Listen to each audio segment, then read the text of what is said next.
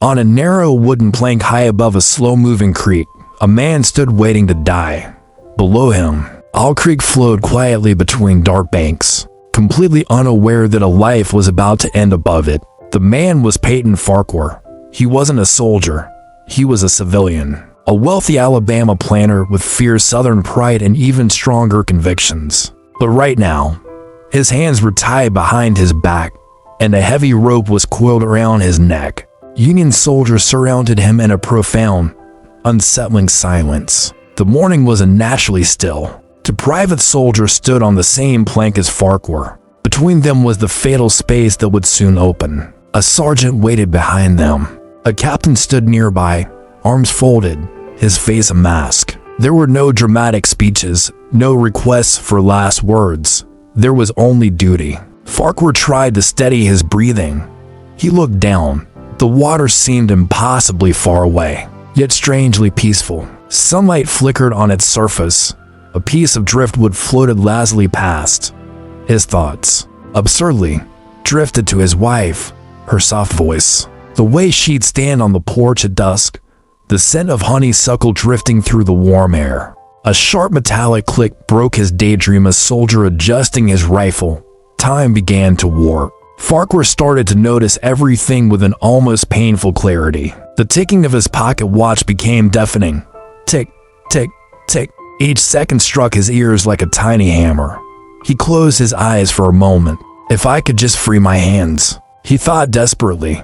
I could rip off this noose, dive into the water, swim to the shore. His mind raced, making impossible calculations. The captain made a small, almost imperceptible motion with his hand.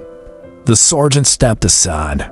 The two privates moved off the plank for a single, suspended instant. Farquhar stood utterly alone. Then the board tilted beneath his feet. He fell. There was a blinding flash of pain, then darkness. But the darkness shattered almost instantly. He felt himself plunging into the cold river. The rope snapped violently around his neck and then, miraculously, it broke. The noose gave way. He dropped deep beneath the surface as water closed over him like a heavy curtain. His lungs burned. His hands, still bound, struggled wildly. Then something incredible happened. The cords around his wrists loosened. They slipped free. He tore the frayed rope from his neck and kicked upward with a strength he didn't know he had. He burst into the sunlight and air. The world exploded into color and sound. The sky was a blue he had never truly seen before. The trees along the bank shimmered with an impossible clarity. Every single leaf stood out, distinct and vibrantly alive. He gulped air greedily. Gunshots cracked from the bridge. Water splashed violently all around him. The soldiers were firing. Columns of water leaped up where the bullets struck. Farquhar dug beneath the surface again, swimming with frantic, powerful strokes. The river's current carried him swiftly downstream. When he surfaced again, the bridge was a distant shape behind him, with smoke drifting above it. A cannon roared. The water ahead erupted with a massive splash. Yet somehow, impossibly, he was untouched. He reached the far bank and crawled onto the land, gasping for breath. The forest welcomed him in its deep silence. He staggered to his feet and began to run. Branches whipped his face. Thorns tore at his clothes. But he ran. The forest felt surreal, like a dream. The trees were enormous, stretching endlessly toward the sky. Light filtered through the canopy in sharp, blinding rays. The ground seemed strangely soft beneath his feet. He didn't know how long he ran. It could have been hours, or maybe just minutes. Time had lost all meaning. Hunger gnawed at him. His tongue felt swollen. His neck throbbed with a dull, constant pain. But hope, a fierce and desperate hope, carried him forward.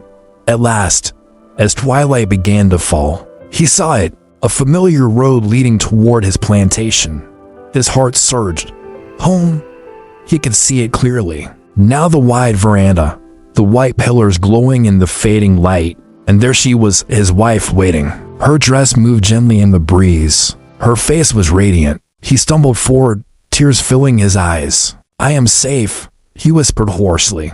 She stepped down from the porch and walked toward him, her arms lifting slightly to welcome him. He rushed forward, every fiber of his being focused on that one moment. Just as he was about to touch her, there was a violent snap, a blinding white flash, and absolute silence.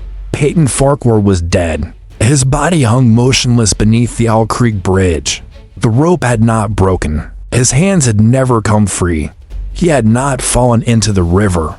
The entire escape, the frantic swim, the hail of gunfire, the desperate run through the forest, the long journey home, all of it had taken place in the tiny, immeasurable space between the falling plank and the breaking of his neck. A lifetime imagined in less than a second. The soldiers stood exactly where they had always stood. The river flowed just as it had always flowed. The morning remained quiet. Duty had been carried out, and the man who had dreamed of heroic action had found only the terrible, swift finality of reality. In that final instant, as death closed around him, his mind had given him what his body never could: escape, hope, and home. But the bridge does not bend for imagination, and war does not pause for dreams. The water moved beneath him, indifferent. The forest stood still, and the ticking of time, which had once seemed so loud, was silent forever. Thanks for watching. If this story moved you, please consider subscribing for more deep dives into classic literature.